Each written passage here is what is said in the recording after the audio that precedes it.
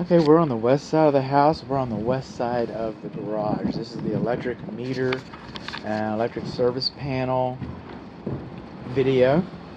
1-year-old house. Actually, it's a 1-year warranty inspection. The house is probably a little older than that. We've gotten a little bit of movement, which we expect. That's why we have this slider right here. We live in North Texas. It has some movement. But right here we can see that the meter box has pulled away from the brickwork and probably needs to be refastened, I'm thinking. Look at that movement. Refastened and resealed for sure to help moisture infiltration from getting in there. This is your load center. Some people call it the breaker box. Electric service panel, call it what you will. It has been sealed. This is kind of a unusual animal here because I'm not finding very much wrong with it. I mean, it's a pretty nice shape. I have to kudos where kudos, is deserved. Now, I do not test AFCI in an occupied home. I don't want to turn off something that needs to be turned back on. That's all there is to it. AC is the second 220 here. That's 40 amps. Let's check out my notes. 3045. The manufacturer really likes to see.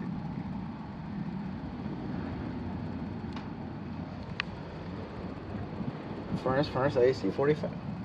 45 right there. We got that. Okay. I'm trying. I'm looking. Give me a moment. These white hots are supposed to be wrapped with black tape. If you don't know that's hot, you do not belong in this cabinet. I get that. You do not belong in this cabinet if you do not know that's hot. But they're supposed to be wrapped with black tape. See this main neutral coming in? See it's wrapped with the white tape? Well, if you don't know that's the main neutral, you don't belong in this cabinet. But just like this was wrapped with the white tape, this should have been wrapped with black tape. I'm not seeing a bonding location labeled inside of here anywhere. It's probably one of these 3 big coppers going in here. It's probably the UFR going into the house. That's probably what they're accepting. Okay, I get that. But it's supposed to be labeled in here. Just any kind of way. Look at here. We got an energy certificate. How about that? You'd be surprised how many of them I don't see.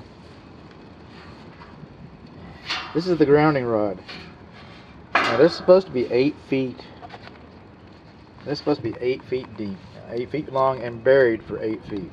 And when I had my panel replaced, the electrician came in and he cut it off, and he told the code inspector what he did, demonstrated that it had enough resistance to meet it, that satisfied the code inspector, and that was all fine. I wasn't here when this was done. I was not here when this was done. So it's not supposed to be buried 7 foot 6 inches. It's not supposed to be buried 7 foot 6 inches. It's supposed to be buried 8 feet. Unless the electrician demonstrated directly in person to the code inspector. In that case, different rules apply. But until we know what happened, this grounding rod was not properly buried. See where it says Eaton here?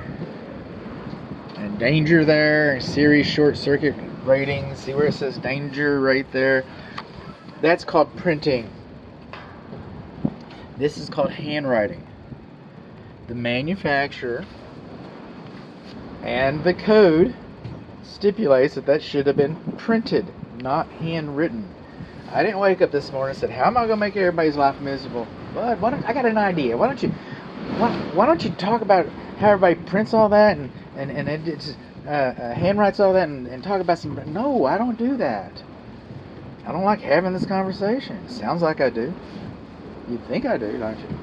But no. That's handwriting. It's supposed to be printed. See where it says 246? That's printing. So what do we learn? We learned that our meter is not properly sealed. We learned that our grounding rod is not properly buried. We learned that we do not have bonding notice inside the cabinet. We learned that some of our white hots are not wrapped with black tape. We learned that our labels were handwritten instead of printed. That's what we learned. I already have a speech about the retaining wall.